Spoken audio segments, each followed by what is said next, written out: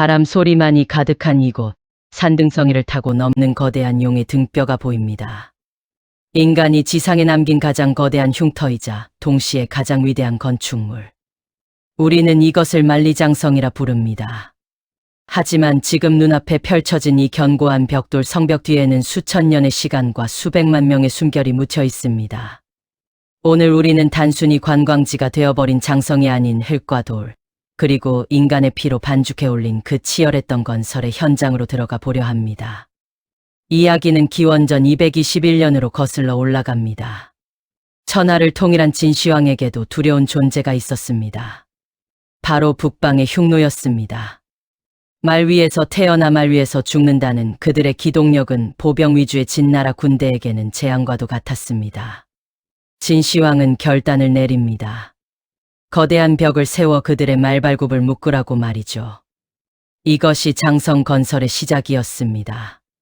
하지만 진시황이 처음부터 모든 것을 새로 지은 것은 아닙니다. 그는 장군 몽염에게 30만 대군을 주어 기존의 연나라, 조나라가 쌓았던 북쪽의 성벽들을 하나로 연결하게 했습니다. 초기의 만리장성은 우리가 지금 흔히 떠올리는 벽돌 성벽이 아니었습니다. 당시의 기술과 자재 조달 능력을 고려했을 때 산꼭대기까지 돌을 나르는 건 불가능에 가까웠습니다. 그래서 그들은 판축법이라는 공법을 택했습니다. 나무로 틀을 짜고 그 안에 흙과 자갈, 석회, 심지어 볏짚을 섞어 넣은 뒤 거대한 달구지로 수천 번, 수만 번 내려쳐 압축하는 방식입니다. 이 과정은 단순한 노동이 아니었습니다. 흙은 돌처럼 단단해질 때까지 다져져야 했습니다. 감독관들은 쇠꼬챙이로 성벽을 찔러보아 일치, 즉 약 3cm 이상 들어가면 그 구간을 맡은 인부들을 현장에서 처형하거나 성벽 안에 매장해버렸다는 기록이 있을 정도로 공사는 가혹했습니다. 진나라의 장성은 말 그대로 사람의 뼈가 섞여 들어간 피의 반죽으로 세워진 셈입니다. 산악지대뿐만이 아닙니다. 서쪽의 사막지대에서는 흙조차 구하기 힘들었습니다. 여기서 건설자들은 놀라운 지혜를 발휘합니다. 사막 주변 호수에서 자라는 갈대와 버드나무 가지를 엮어 깔고 그 위에 모래와 자갈을 덮어 다지는 방식을 층층이 반복했습니다. 이렇게 만든 샌드위치 구조는 놀랍게도 소금기 많은 사막의 강풍과 지진을 견뎌냈습니다. 2000년이 지난 지금도 도넌 근처에는 그 시절의 갈대 흔적이 남은 성벽이 풍화된 채 서 있습니다. 이것은 자연을 거스르지 않고 이용하려 했던 고대 엔지니어들의 처절한 적응기였습니다. 세월이 흘러 14세기 명나라가 들어서면서 장성은 대격변을 맞이합니다. 몽골 오이라트 부에게 황제가 포로로 잡히는 토목의 변을 겪은 명나라는 공포에 떨었습니다. 그들은 결심합니다. 흙이 아닌 그 무엇으로도 뚫을 수 없는 벽돌과 돌로 장성을 다시 쌓기로 말이죠. 지금 우리가 보는 북경 인근의 웅장한 장성의 모습은 바로 이때 만들어진 것입니다. 명나라 시대의 건설 현장은 진나라 때와는 차원이 다른 물류 전쟁이었습니다. 깎아지른 듯한 산능선에 무게 수백 킬로그램의 화강암 기단을 놓고 그 위에 벽돌을 쌓아야 했습니다. 도르래나 수레도 사용할 수 없는 70도의 경사. 인부들은 겨울을 기다렸습니다. 산비탈에 물을 뿌려 얼음기를 만든 뒤 그 미끄러움을 이용해 거대한 바위를 밀어 올렸습니다. 좁은 산길에서는 사람 대신 사냥의 뿔에 벽돌을 매달아 운반하기도 했습니다. 당시 벽돌 한 장의 무게는 약 10kg에서 15kg. 인부들은 이 벽돌을 등짐지고 하루에도 수십 번씩 산을 오르내렸습니다. 기록에 따르면 벽돌을 나르다 발을 헛디뎌 추락하는 사고가 일상이었다고 합니다. 하지만 그들은 멈출 수 없었습니다. 벽돌마다 그것을 만든 장인과 감독관의 이름을 새겨 넣는 실명제를 실시했기 때문입니다. 불량 벽돌이 발견되면 그 라인의 모든 책임자가 처벌받았습니다. 품질 관리는 목숨을 담보로 이루어졌습니다. 여기서 아주 흥미로운 건설의 비밀이 하나 등장합니다. 명나라 장성이 수백 년의 비바람과 현대의 폭격조차 견뎌낼 수 있었던 비결, 바로 모르타르 반죽입니다. 그들은 석회에 아주 특별한 재료를 섞었습니다. 바로 찹쌀풀입니다. 찹쌀에 포함된 아밀로펙틴이라는 성분은 석회와 반응하여 탄산칼슘의 결정을 더욱 단단하게 만들었습니다. 이 찹쌀 반죽은 오늘날의 시멘트보다도 더 강력한 접착력과 방수 능력을 보여주었습니다.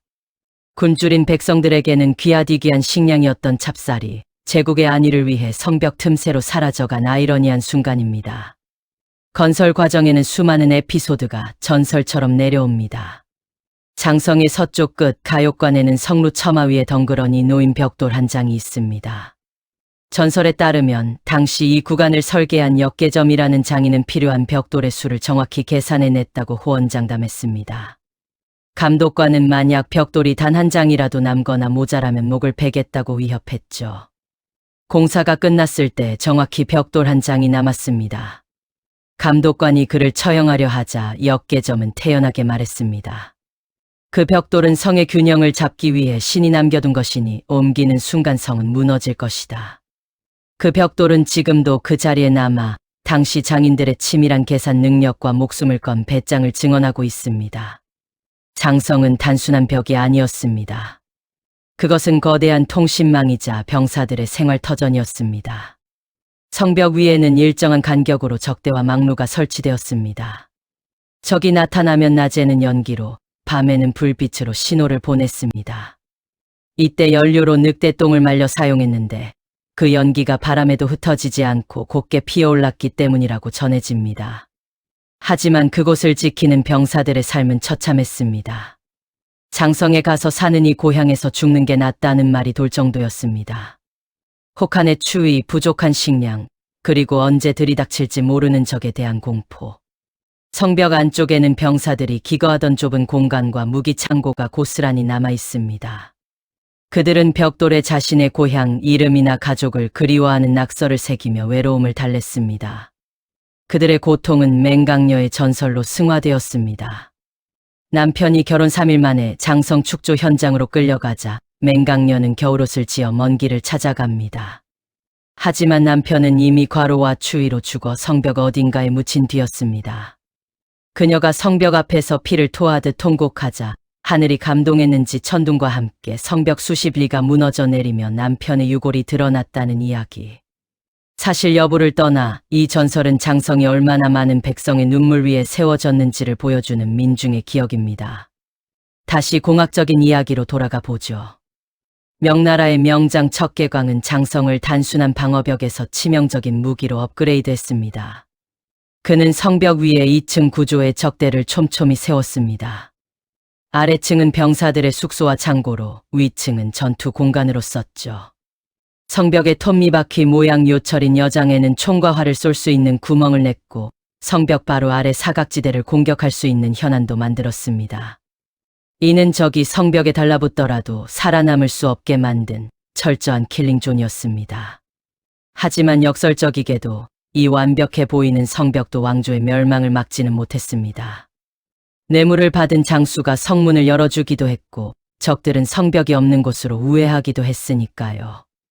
마지노선이 그랬듯 고정된 방어선은 언제나 뚫리기 마련이었습니다. 지금 여러분이 보고 계신 이 끝없는 성벽은 우주에서 보이는 유일한 인공구조물이라는 낭만적인 오해를 받기도 했지만 실상은 우주가 아니라 땅 위에서 가장 고통스럽게 만들어진 구조물입니다. 총 길이 21,196km. 지구 반바퀴에 달하는 거리. 오늘날 만리장성은 더 이상 적을 막지 않습니다.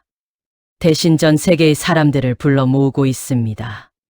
벽돌 하나하나에 새겨진 그 치열했던 건설의 역사, 극한의 환경을 극복해낸 인간의 의지, 그리고 그 아래 묻힌 수많은 이름 없는 건설자들의 희생. 우리는 이 거대한 용의 등뼈 위를 걸으며 단순히 풍경을 볼 것이 아니라 그 돌틈 사이에 굳어있는 피와 땀의 역사를 기억해야 할 것입니다. 이것이 바로 벽돌 하나의 역사 하나, 브릭 히스토리가 전해드리는 만리장성의 진짜 이야기입니다.